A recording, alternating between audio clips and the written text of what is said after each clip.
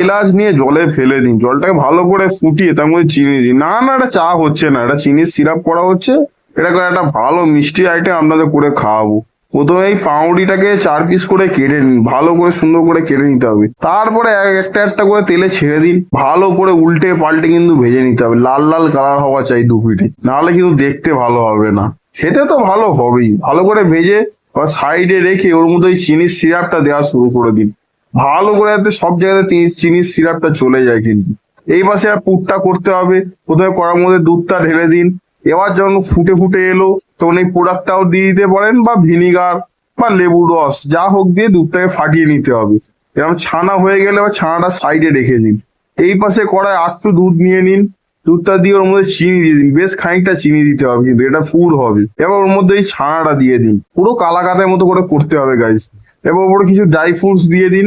এবার সামান্য একটু ফুড কালার দিয়েছে, আপনারা না দিতেও পারেন, আপনাদের কাছে এটা অপশনাল। ভালো করে কাইয়ে নিয়ে নামিয়ে নিতে হবে গাইস।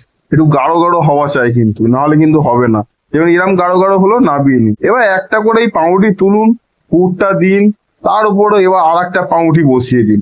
এবার সুন্দর করে নিতে হবে, সাইড গুলো একটু যাতে সুন্দর সমান হয়ে যায় সেরকম করে নিয়ে পরপর একটা একটা করে করতে থাকুন গাইস, যতগুলো আপনারা বানিয়েছেন। এবার যখন সবগুলো হয়ে যাবে, এটা প্লেটে সাজিয়ে দেবেন, ওপরে একটু কাজু বাদাম ছড়িয়ে। সব দোকানে মিষ্টি ফেল হয়ে যাবে 20 টাকার পাউরুটির দিকে তাকিয়ে।